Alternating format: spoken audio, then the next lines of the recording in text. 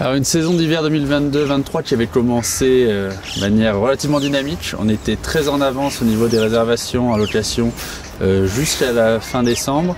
Et on va dire qu'on a perdu progressivement toute l'avance qu'on avait acquise sur la fin 2022 au cours de la saison pour finir finalement à l'équilibre par rapport à l'année précédente qui avait été une saison record avec les reports de tous les séjours Covid.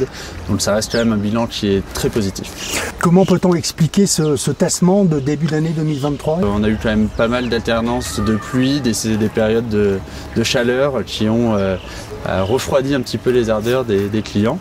Et on a un deuxième facteur qui va être un facteur plutôt conjoncturel, où on a eu, mine de rien, pas mal d'épisodes de grève qui nous ont handicapés, et également l'inflation et les hausses de coût de la vie qui font faire des arbitrages à nos clients.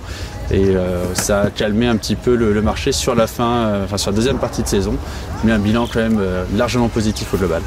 Au niveau de la fréquentation, toujours beaucoup de Français, beaucoup de Suisses également, et le retour donc des Britanniques.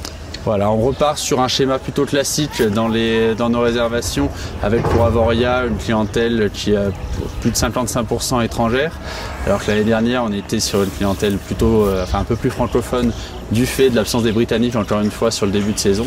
Et là on retrouve des schémas classiques avec on va dire moitié-moitié d'étrangers et de Français.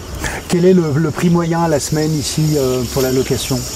On va être sur une semaine aux alentours de 1 500 € en moyenne sur un appartement pour 4-5 personnes, avec évidemment des grandes disparités entre la période de janvier, mars, avril, où là on est sur des périodes plutôt creuses, et avec des tarifs qui sont inférieurs de moitié par rapport à la période de Nouvel An et février.